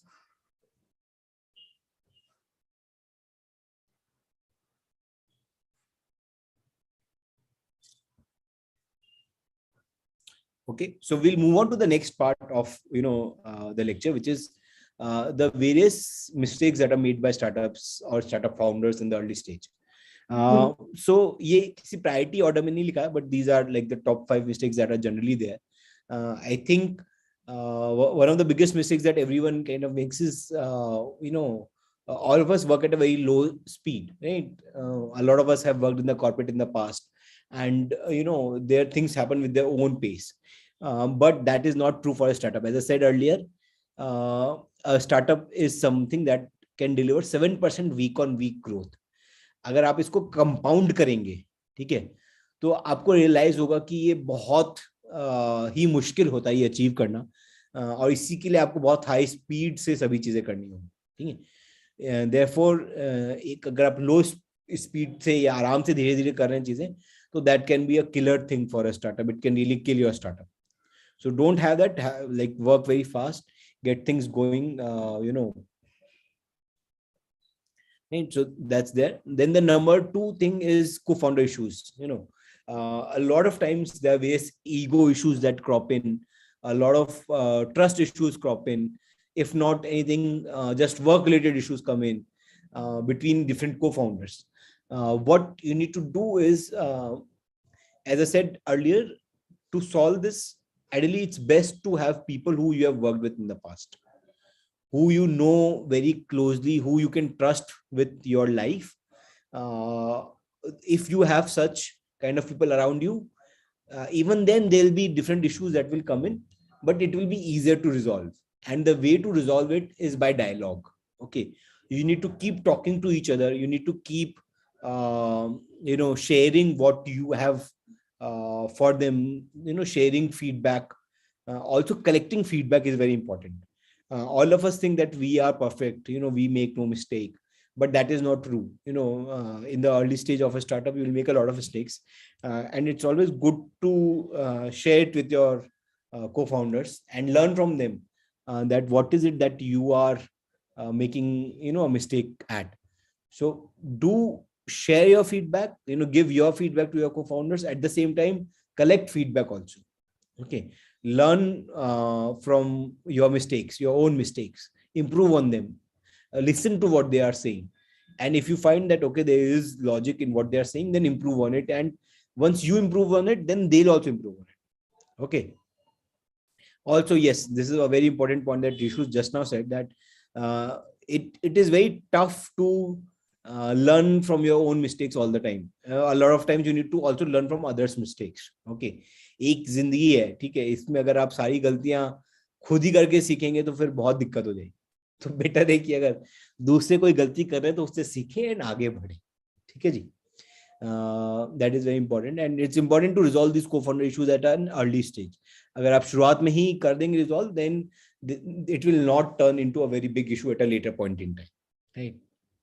That's it. Then the third one, which is we have talked about, which is the idea sounded awesome to you, but the customers didn't really need it. Okay, so ऐसा मत कीजिए. Customer से बात कीजिए on a regular basis. Even even if your startup has become very big. For example, I know this for a fact that Make My Trip के जो co-founder हैं, दीप कालरा, उनसे मैंने अभी रिसेंटली बात की थी. वो कह रहे थे कि वो आज भी अपने कस्टमर से बात करते हैं, जबकि मेक माई ट्रिप एक लिस्टेड कंपनी है, आईपीओ हो चुका है और इतनी बड़ी कंपनी है. और ना कि सिर्फ दीप कालरा, बट बहुत सारे सीईओज एंड को फाउंडर्स. अभी रिसेंटली आपने देखा होगा लिंक्डइन पे और यूट्यूब पे एक वीडियो वायरल है, विच इज जो उबर इंडिया के प्रेसिडेंट हैं, ठीक है, वो जाके राइड्स कर रहे हैं, उबर राइड्स, वो कार चला रहे हैं as drivers themselves, and he's taking first hand feedback from customers of what is it that they are facing, what challenges are they facing. So it's very important that Uber इतनी बड़ी company बन गई, फिर भी वो customer से मिल रहे हैं, उनसे सीख रहे हैं उन्हें क्या चाहिए. So please make that something people want. Okay. The fourth thing is running out of money. A lot of startups are shutting down because they run out of money. Okay, so please ensure that you are able to run your startup in a very जिस कहते हैं ना, एक बढ़िया की तरह आपको business चलाने की जरूरत है. ठीक है, I'll be really honest and upfront here. एक एक पाई सेव करने की जरूरत है, एक एक रुपया सेव करने की जरूरत है. एंड अगर आप सेव करेंगे तो आपकी टीम भी सेव करेगी. ये मेरे को मेरे एक टीम मेंबर ने बोला था कि क्षितिज, आप एक एक रुपया बचाते हैं, ठीक है, आप कोई भी फालतू खर्चा नहीं होने देते. तो अगर आप नहीं होने देते तो फिर हम भी नहीं होने देते. ठीक है, अगर आपको आप चले, ठीक है, 1,000 रुपए लगा दो या 10,000 लगा दो या 50,000 लगा दो, तो फिर आपकी टीम लाख रुपए, 2 लाख रुपए, 10 लाख रुपए भी जाने देगी. ठीक है, जो भी आप करेंगे उसका एक 10x इफेक्ट होगा आपकी टीम के ऊपर. आप सेव करेंगे तो वो भी 10x सेव करेंगे, अगर आप खर्च करेंगे तो वो भी 10x खर्च करेंगे. ठीक है जी. तो ये बहुत जरूरी है कि you save money and you save it at a time when you have the money. Okay, जब आपके पास पैसे नहीं है तब तो आपको ऑब्वियसली बचाना ही है, बट आपके पास जब पैसे हैं तब भी आपको बचाना है. बिकॉज आप तब अगर बचाएंगे, मान लीजिए आपकी फंडिंग हो गई, फॉर एग्जांपल हम यहाँ पे थे, राइट, आपकी सीड फंडिंग हो गई, आपके पास मान लीजिए 3-4 करोड़ रुपए आ गए, 6 करोड़ रुपए, 7 करोड़ रुपए आ गए कहीं से, राइट, एक इन्वेस्टर ने इन्वेस्ट कर दिया. ठीक है, अब जिस दिन आपके पास ये पैसा, आपको लगे मेरे पास बहुत पैसा हो गया, अब मैं तो खर्च करता हूँ, हायरिंग करता हूँ, मार्केटिंग में स्पेंड करता हूँ, सब कुछ करता हूँ, रैंडमली करता हूँ, बहुत ज्यादा करता हूँ. बट ऐसा आपको नहीं करना. आपको एक प्लान्ड तरीके से चलना है, जिससे आपका जो मंथली बर्न हो वो कंट्रोल्ड रहे, ताकि आप जब अगले स्टेज पे जाएं, which is series A, series B पे जाएं, तो आपके पास इनफ रनवे हो. At any given time your company should have at least a 2 to 3 year runway. By runway I mean कि मान लीजिए आप जो है आप महीने के 1 लाख रुपए खर्च कर रहे हैं, ठीक है, मार्केटिंग में, सैलरी में, सब चीज मिला के, और आपके पास जो है eight any given time you should have at least 2 to 3 crores in your bank account. Sorry, not 2 to 3 crores, 20 to 30 lakhs in your bank account. ठीक है, तब आप 1 लाख रुपए महीने का खर्च कर सकते हैं, क्योंकि 1 लाख रुपए महीने का खर्च करें मतलब 24 महीने का 24 लाख खर्च करेंगे, ठीक है, विच इज 2 साल. तो 20 से 30 लाख रुपए अगर आपके बैंक अकाउंट में है तो आप 1 लाख रुपए महीने का खर्च कर सकते हैं. एंड सिमिलरली आप अपनी कैलकुलेशन कर सकते हैं हमेशा. तो eight any given time you should have at least 2 to 3 years of runway and you should spend according to that only. Any questions, anyone so far? While you ask questions, I'd also like to touch upon one important part, which is a founder investor relationship. आपने देखा होगा अभी recently आजकल काफी news में है, भारत पे के जो को-फाउंडर हैं उनके इन्वेस्टर के साथ रिलेशनशिप बहुत खराब हो गई. अभी रिसेंटली ट्रेल के भी रिलेशनशिप्स खराब हो गए, ठीक है. तो ट्रेल के को-फाउंडर्स के उनके इन्वेस्टर्स के साथ रिलेशनशिप्स खराब हो गए. सो ये एक बहुत ही कॉमन प्रॉब्लम है जो आती है, बट इसको अवॉइड भी किया जा सकता है, ठीक है. आप इसको कैसे अवॉइड कर सकते हैं? सबसे पहला इसमें transparency. You need to be very transparent about what is going in the company, how are you spending money, what are your what are your expenses like, what are your future plans like, आपके failures क्या रहे हैं. तो मेरी जो monthly deck में भेजता था हमारे इन्वेस्टर्स को, उसमें मैं फेलियर्स पहले लिखता था, सक्सेसेस बाद में लिखता था, कि इस पिछले महीने में हमने 3 किस चीजों में हम फेल हुए, क्या हमारे 3 आइडिया थे जो कि काम नहीं किए. इससे क्या होता है, इससे एक ट्रस्ट बिल्ड होता है. इन्वेस्टर सोचता है कि यार ये तो फेलियर अपफ्रंट बता रहा है, अगर ये फेलियर अपफ्रंट बता रहा है तो ये कुछ मेरे से छिपा नहीं रहा है. एंड यही चीज आपको through out your journey, right from the start, जब वो आपके इन्वेस्टर बने नहीं है, जब वो पोटेंशियल इन्वेस्टर है, तब से लेके आप जब तक भी कंपनी चलाए तब तक हमेशा एक बहुत ही फ्रैंक, ओपन एंड एक ट्रांसपेरेंट रिलेशनशिप होने की जरूरत है, ठीक है. एट द सेम टाइम आपको ये भी समझने की जरूरत है कि कहीं ऐसा ना हो इन्वेस्टर आपका फायदा उठा रहा हो, ठीक है. तो उन चीजों को भी ध्यान में रखने की जरूरत है. But having said that, important point ये है कि फाउंडर इन्वेस्टर रिलेशनशिप में ये एक बहुत ही इंपॉर्टेंट रिश्ता होता है, because it's not just in your seed stage that investor will come in. That investor will also come in series A, series B, series C. जैसे जैसे आपकी कंपनी बड़ी होती जाएगी वो आपके हर राउंड में इन्वेस्ट करेंगे, एंड बिकॉज वो हर राउंड में इन्वेस्ट करेंगे, और लेट्स से अगर वो नहीं भी करें तो वो दूसरे इन्वेस्टर्स को फीडबैक देंगे. जो नए इन्वेस्टर्स आने वाले होंगे वो हमेशा पुराने एग्जिस्टिंग इन्वेस्टर्स के पास जाएंगे फीडबैक देने के लिए कि यार इस लड़के ने कैसे किया या इस लड़की ने कैसा किया, नहीं को फाउंडर्स कैसे हैं, ठीक है. तो उसके लिए जो है वो आपको एक बहुत ही इंपॉर्टेंट रिलेशनशिप मेंटेन करना होगा अपने इन्वेस्टर्स के साथ, बहुत ही अच्छे से मेंटेन करना होगा. So always keep that in mind and always value this founder investor relationship and invest your time, energy in this, okay, and keep it very transparent. That is important. So this is about the founder investor relationship, I think. Manoj, obviously, yes, I can share this PPT, no problem. I'll share it across with the team, GEPA team, and then they'll share it further. While low speed is a mistake, low speed इसलिए एक बहुत बड़ी गलती है किसी भी startup में, because जैसा कि मैंने बताया, अगर आप स्लो स्पीड से चल रहे हैं, ठीक है, तो कोई भी इन्वेस्टर आपके स्टार्टअप में इन्वेस्ट करने के लिए रेडी ना होगा, ठीक है. अगर आप स्लो स्पीड से चल रहे हैं तो इन्वेस्टर तो खैर सेकेंडरी आता है. मार्केट में आज की तारीख में इतनी तेजी से स्टार्टअप्स बढ़ रहे हैं कि जो प्रॉब्लम आप सॉल्व करना चाह रहे हैं या आप सोच रहे हैं कि मैं ये प्रॉब्लम सॉल्व करूंगा, मान लीजिए आप ट्रांसपोर्टेशन की प्रॉब्लम सॉल्व करेंगे, तो जब तक आप सोचेंगे तब तक 10 और स्टार्टअप आके उसको सॉल्व करके चले जाएंगे, ठीक है. तो इसलिए, और अगर किसी और ने कर दिया तो फिर आपको नहीं मिलेगा करने के लिए, ठीक है, आप उस फील्ड में मार्केट लीडर नहीं बन पाएंगे. तो एग्जैक्टली जैसे निहारिका ने कहा, कंपटीशन बहुत ज्यादा है, and therefore it's very important to do it at a very fast pace.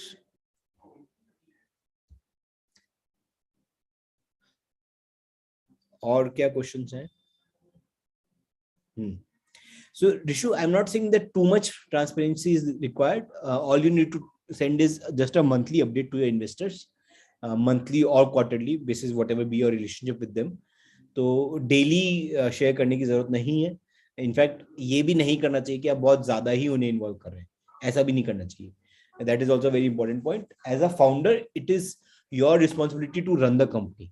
Okay, investors should not run the company. They should guide you, they should mentor you, but you should never allow them to run the company. You should run your own company basis whatever be your thinking. So that's about the common mistakes made by startups at the early stage. Any more questions anyone has?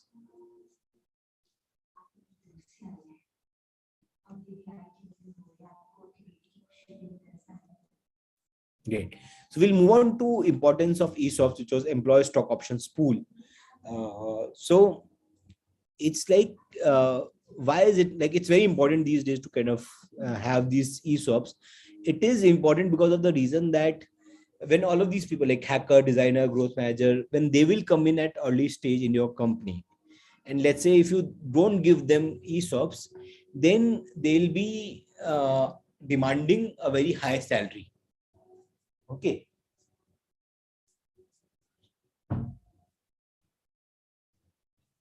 So, and as you would have very little money to pay, from your funding, therefore, वही है Niharika, it's employee stock options plan. It's not, you can call it pool, you can call it plan, whatever you want. Pool is, the entire 10% of whatever you keep, that is called as pool, but generally it's employee stock option plan, right? तो वो आप same ही चीज है. But the idea is कि ये इसलिए important है because let's say आपको एक IITian hire करना है, ठीक है, आपको जो कि कोड कर सकता है, आपको एक नेशनल इंस्टीट्यूट ऑफ डिजाइन का बंदा हायर करना है जो कि आपको डिजाइन कर सकता है, और मार्केटिंग में आपको कोई MBA चाहिए, टॉप MBA चाहिए, तो ये सब लोग बहुत हाई सैलरीज पे होते हैं आजकल मार्केट में, बिकॉज दूसरे स्टार्टअप्स बहुत ज्यादा पे कर रहे हैं। तो उनको अट्रैक्ट करने के लिए ये जरूरी है कि आप उन्हें कुछ सैलरी दें जिनसे उनके बेसिक एक्सपेंसेस सब निकल सके, but at the same time अगर आप उन्हें एम्प्लॉय स्टॉक ऑप्शंस पूल देंगे तो वो आपके साथ एज अ ओनर जुड़ेंगे, ठीक है। उनकी भी ग्रोथ होगी ओवर द टाइम एंड आपकी भी ग्रोथ होगी ओवर द टाइम। जैसे जैसे कंपनी बढ़ेगी तो उन जो स्टॉक्स हैं उनकी वैल्यू बढ़ेगी, उनकी वैल्यू बढ़ेगी तो जब लेट्स से कभी फ्यूचर में कंपनी IPO के लिए जाती है या कंपनी एक्वायर करता है कोई और, तो आपको तो गेन होगा ही होगा, साथ में उनको भी बहुत गेन होगा। एंड देयरफॉर वो जो एक फ्यूचर रिवॉर्ड है उसको देख के ये लोग आज आपको ज्वाइन करेंगे एंड आपके साथ एज ओनर टू ओनर काम करेंगे, वो एज ए एम्प्लॉय काम नहीं करेंगे आपके साथ, क्योंकि अर्ली स्टेज में आपको ओनरशिप माइंडसेट के लोग चाहिए। आपके पास खुद के पास बहुत सारे काम होते हैं करने के लिए, एंड अगर आप एम्प्लॉय माइंडसेट के लोग लेके आएंगे तो उनके पास कोई मोटिवेशन नहीं होगा, जैसे कि निहारिका ने कहा, नहीं। तो इसलिए बहुत जरूरी है कि you kind of give them ESOPs and that's how you can kind of take it forward. Can ESOP issue to legal professional team? Rishu ji का ये क्वेश्चन है। हाँ, कर सकते हैं, ऐसा कुछ नहीं कि नहीं कर सकते, बट जनरली ESOP मतलब कंपनी टू कंपनी वेरी करता है। कुछ कंपनीज होती है जो कि सारे एम्प्लॉयज को मतलब उनका जो कोई लेट्स से अगर ऑफिस बॉय है उसको भी देती है, ठीक है, जैसे कि TCS या इन्फोसिस ने दिया था, ठीक है, पास्ट के डेज में, और भी कंपनी कईयों ने दिए हैं। कुछ कंपनीज होती है जो कि अपने सिर्फ let's say CEO-1 CEO-2 level तक देती हैं, कुछ कंपनी सबको देती है। तो आपके ऊपर है कि आप कितना ESOPs डिस्ट्रीब्यूट करना चाहते हैं अपने टीम मेंबर्स पे।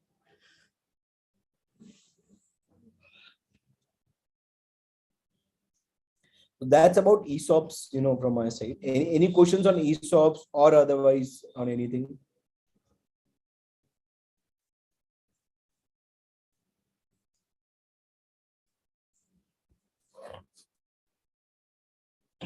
Any how much percentage should we give? In terms of, as I said, generally it is said that 10% of ESOPs is given to the first 10 employees of the company, other than co-founders.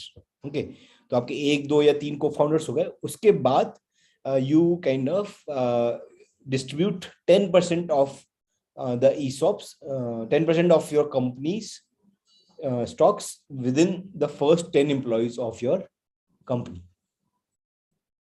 It can be 1% for each one of them. It can be 2% for one. and rest divided equally among others basis the experience that the person is bringing on the table and the time of the company they are joining. Like early stage में join करेंगे एकदम idea stage पे तो उनको आप ज्यादा दीजिए, जो late join करें उनको थोड़ा कम दीजिए. So that's how you kind of structure it. Very good question. Vesting period. So vesting period is generally 4 years. So India may, US may, globally, generally 4 years is a very good time wherein it comes along with a 1 year hill. Okay. So एक साल तक कुछ भी waste नहीं होता है. You don't get anything from that. Post 1 year, you get 25%. Post second year, you get another 25%. Post third year, you get further 25%. And post fourth year, you get the remaining 25%. That's how it kind of goes. And I think there's also another session on, in terms of ESOPs. So वहाँ पे आपके और इसमें doubts बहुत ज़्यादा clear होंगे over the. So 1% is sufficient for them. Depends, Shivans. So for example, आप एक बहुत senior बंदे को hire कर रहे हैं as a coder, okay? तो he'll either come in as a co-founder or he'll ask for 10% of the company, नहीं? या फिर आप एक junior manager hire कर रहे हैं, तो उसके लिए 1% can be sufficient, okay? So all of these will get discussed in the vesting, the ESOPs related session. I think, right, Tarun or Anuruddh, if you can share your views on this. What about those cases where vesting period is different? As in Niharika, what is the question? I didn't get the question in this.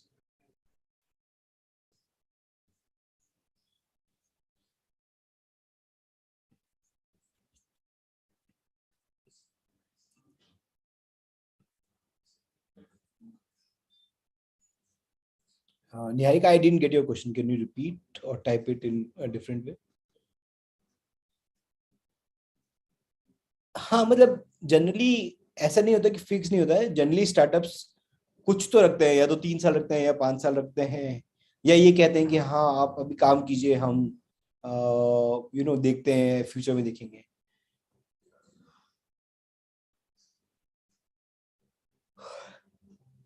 Generally vesting period होता ही है 3 साल, 4 साल, 5 साल. Standard है 4 साल, 25% every year, और monthly भी करते हैं कुछ लोग, तो वो भी होता है. बट एक फिक्स्ड वेस्टिंग पीरियड होता ही है ESOPs का.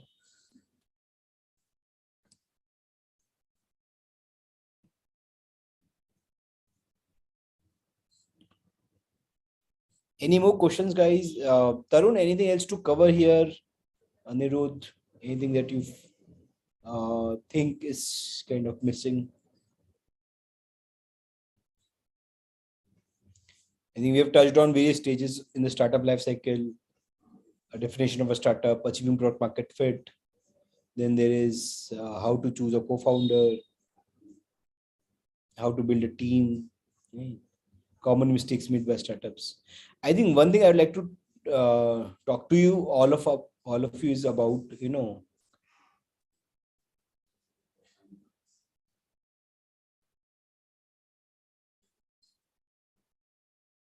Niharika, मुझे आपका क्वेश्चन नहीं समझ में आ रहा, आप क्या कहना चाह रहे हैं? Rishu, how can we get in touch with a startup for along with the practice? As in, आप कहीं काम करना चाहते हैं रिशु किसी स्टार्टअप के साथ, ये कह रहे हैं आप, एंड आपकी सीए की प्रैक्टिस के साथ कैसे करेंगे? That is a question. Okay, तो generally depends on a lot of things. If there are a few startups who are looking for someone part time, right, then you can definitely join them at early stage. Idea stage पे आप उन्हें join कर सकते हैं, ठीक है. That is number 1 way to do it. Otherwise there can be another, which is you can join them full time, but for the strengths that you bring to the table. For example, अगर आप CA की practice कर रहे हैं, आपका finance strong है, accounting strong है, तो you can join them as a co-founder or as an early team member and say that okay, I'll take this part and I'll solve this for you, just finance, accounting, all of this. Okay. Yeah.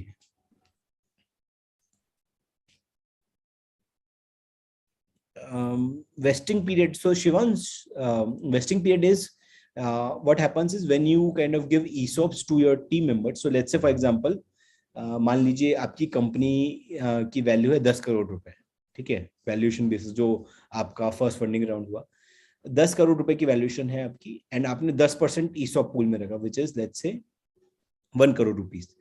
Now let's say you have given 1%, 10% में से 1% आपने एक employ को दिया हुआ है, which means 10 lakh rupees, नहीं. सो जो 10 लाख रुपीज वर्थ के शेयर्स हैं आपके एम्प्लॉय एक्स के पास, लेट्स से उसमें मान लीजिए कि वो 10 शेयर्स में आते हैं, लेट्स से रैंडम एग्जांपल ले रहा हूँ, मतलब वो ऑब्वियसली ज्यादा शेयर्स में आएंगे, बट एक बार डिस्कशन पर्पस के लिए लेट्स से 10 भी नहीं, लेट्स से अपन ऐसे कहते हैं 16, let's say that is coming in 16 stocks, okay, of the company. Then what happens is ki after 1 year period the employee starts to own 4 of those shares, and 25% of those shares, which is 4 out of 16 of those shares, okay. तो वो own करने लग जाते हैं. इसका मतलब ये है कि मान लीजिए फॉर एग्जांपल कि कंपनी अगर 1 साल के बाद आईपीओ कर लेती है, ठीक है, तो जब वो आईपीओ कर लेती है तो उसके बाद अगर लेट्स से स्टॉक्स लिक्विडेट हो गए, ठीक है, और वो अपने जो है मार्केट में है, वहां से आप परचेज कर सकते हो. आई थिंक इस पे एक पूरा और डिस्कशन है, पूरा 2 घंटे का एक और क्लास है, तो let's not discuss it here. I think it would be good to discuss it there. I think the organisers would also can share some light on the same. Anirudh, would you like to share some light on the same? Yeah, sure. I think we have separate session on this, and the other speaker will take it in detail. Right. Exactly. Perfect. Thank you so much. That is very helpful. So I think team, I'd like to share these final things with you, a few things, which is in terms of a few takeaways that are there from this class, which is there's this Y Combinator blog. Okay. So Y Combinator is world's biggest startup accelerator. Okay, so you can go here, learn a lot of things, in terms of how to start a startup, what to do in a startup, how to take care of things. ये आप देख सकते हैं, how to start a startup. Your story भी काफी कुछ share करता है. Then there's a entire video on how to start a startup, which is this. I'm not part of the psychology. So ये how to start a startup करके Y Combinator की lecture series है, ये भी इसमें है. इनफैक्ट एक और मैं आपको कहना चाहूंगा, how to start a startup, I am the, या ये है, ये इसका काफी अच्छा इंडियन वर्जन है, तो आई थिंक इंडिया के लिए काफी ज्यादा आप लोगों को अपील करेगा. तो all of you should also have a look at this. It's a series of I think 20 videos.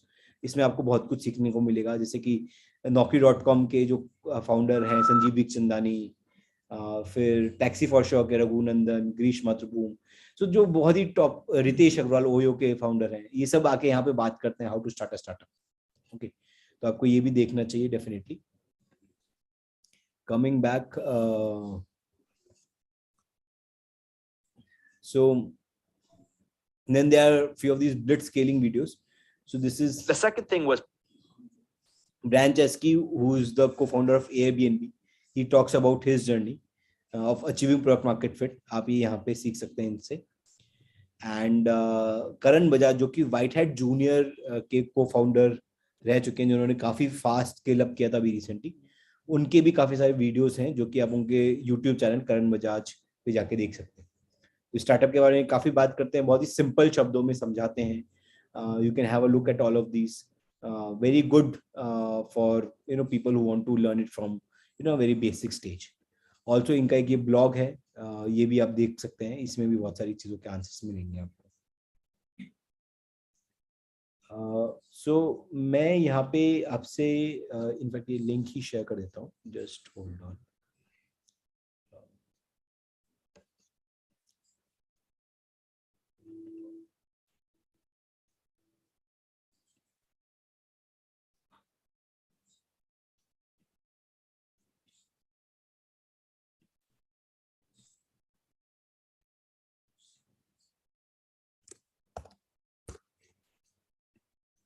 नहीं, तो ये मैं शेयर कर रहा हूँ. ये लिंक जो है ये आप सभी देख सकते हैं. इस लिंक में जितना भी आज का डिस्कशन था, you can find all of that over here. And इसमें जो लिंक्स हैं वो भी आपको मिल जाएंगे, and you can kind of learn from it, share it with your team members and go forward. ये भी सब है, I think ये सारे links हैं. Please have a look at these also. Great. I think any questions anyone has, anything I would like to ask? Thank you, Niharika. I think thank you so much, everyone. It was great to interact with all of you. I think I also learned a couple of things today. If the most important takeaway for me was I also got a very good clarity on various things. Thanks to your questions and thanks for your time. Thank you for listening all the way up till now. Thank you so much. Great interacting. Feel free to reach out. You can reach out to me on LinkedIn. You can find it. You can just find me Kshitij Garg, Healers at Home. You'll be able to locate me on LinkedIn. And yeah, I think let me just maybe share my LinkedIn profile here with all of you so that you can reach out. So here you go.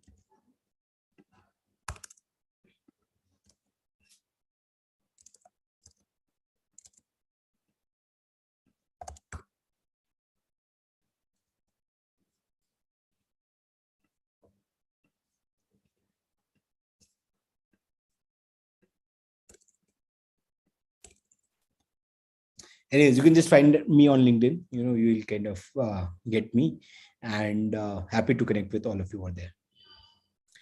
Thank you so much for your time. Great interacting. Thanks, Anuruddh. Thanks, Tarun. Thanks, GEPA team.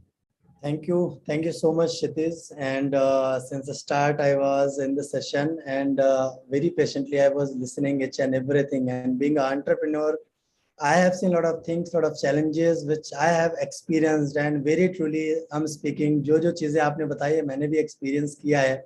And when I deal with my clients who are into the startup and they are the first generation entrepreneur, so I can correlate each and everything which you have addressed over this session today. And very beautifully, you have presented the lifestyle, a life cycle of startup, and then how to choose co-founder, because it's very dangerous. अगर आप एक गलत को founder को choose कर लेते हैं तो आपका बिजनेस आगे जाने के बजाय बिल्कुल खत्म ही हो जाएगा. And team building is also one of very important aspect which an entrepreneur need to take care of. And then you talked about e-shop, which is again very important part of any startup, क्योंकि initially आप अपने जो staff होता है, जो team होती है, उसको एक फेथ देने के लिए, उसको एक ट्रस्ट दिलाने के लिए आप जब ई शॉप देते हैं तो उसे लगता है कि yes we are working as a team, हम खुद के लिए काम कर रहे हैं instead of we are working for anybody else. तो जब वो अपनी टीम के लिए, खुद के लिए काम करते हैं तो ऑब्वियसली अपनी जो कंपनी है वो ग्रो करती है, उसके शेयर प्राइसेस ग्रो करते हैं, उसका वैल्यूएशन अच्छा होता है और लॉन्ग रन में उनको बहुत अच्छा बेनिफिट होता है. सो thank you so much for your valuable time. बहुत ही प्रैक्टिकली आपने चीज़ों को एक्सप्लेन किया. एंड आई बिलीव मैं चैट बॉक्स को कंटिन्यूसली देख रहा था, काफ़ी पार्टिसिपेंट्स आपके साथ इंटरेक्ट कर रहे थे और बहुत अच्छा इंटरेक्शन था लोगों का भी. So that I can see कि यस लोगों को इंटरेस्ट है, उनको मज़ा आ रहा था आपके सेशन में, which actually we are looking for, कि जो पार्टिसिपेंट्स हैं वो कोरिलेट कर पाएँ, वो नई चीज़ों को लर्न कर पाएँ. और आप लोगों का जो अनुभव है, जो एक्सपीरियंस है, आपने इंडस्ट्री में देखा है, वो आपने शेयर किया, जिससे हमारे जितने पार्टिसिपेंट्स हैं उसको एक होप मिलेगा, एक एनर्जी आएगी कि हम भी कर सकते हैं. If Kshitij Garg can start new setup, new venture, why I can't, तो उन्हें भी लगेगा हम भी कर सकते हैं. विद दिस पॉजिटिविटी वो कुछ ना कुछ अपने लाइफ में अच्छा सीखेंगे और करेंगे. So with this thought, from the bottom of my heart and on behalf of all the team members of GEPA, I'm really thankful to you, Kshitij ji, and I'm thankful to Tarun also, क्योंकि तरुण जी ने पूरा ये session, पूरा course organise किया है. एक एक faculty को इंट्रोड्यूस करना, लेके आना, मैनेज करना, स्ट्रक्चर बनाना. So all credit goes to Tarun as well. And thanks to Inderjeet Kaur. मेरी टीम की एक खास बात ये है जो मुझे हमेशा से इंस्पायर करती है कि टीम में किसी की तबीयत खराब होती है, परेशान होते हैं, वो इंद्रजीत का भी 2 दिन पहले एक्सीडेंट हुआ, स्टिल आज मैं उनको बोलते हुए देख रहा था तो मुझे फील नहीं हो रहा था कि उनकी थोड़ा सा भी तबीयत खराब है या उनका कुछ ऐसा एक्सीडेंट हुआ है. तो ये सारी चीजें, उनका हार्ड वर्क जो देख के मुझे बहुत मोटिवेशन आता है, बहुत इंस्पायर करती हैं. So thank you so much Inderjeet, thank you so much Niharika, आपका बहुत अच्छा पार्टिसिपेशन रहता है। And thank you all the participants. आज जो भी पार्टिसिपेंट्स हमारे साथ जुड़े हैं, ऋषु गुप्ता जी, ये आईपीआर में बहुत अच्छा काम करते हैं। ऋषु जी आपके साथ इंटरेक्ट कर रहे थे, मैं वो भी देख रहा था। So thank you Rishu ji for joining us today, and thank you all the participants. अभी आने वाले जो हमारे नेक्स्ट 5 सेशंस हैं वो भी बहुत इंपॉर्टेंट है। Next session is on valuation. आज जैसे क्षितिज जी ने बताया कि वैल्यूएशन हमारे लिए कितना इंपॉर्टेंट है, तो अब हम प्रैक्टिकली देखेंगे वैल्यूएशन को कि कैसे वैल्यूएशन को आपको बढ़ाना है, कैसे वैल्यूएशन होता है, क्या टेक्निक यूज करनी चाहिए, इन्वेस्टर की पिचिंग के टाइम पे क्या वैल्यूएशन हमें प्रेजेंट करना चाहिए। So everything we are going to understand very easily. So कल मिलते हैं। आज के लिए आप सबका तहे दिल से धन्यवाद। Thank you so much Kshitij ji, once again thank you everyone. Thank you, Anirudh ji. Thank you, Indrajit. Thanks, Tarun. Take care, Indrajit. And thank you, everyone. Thanks all the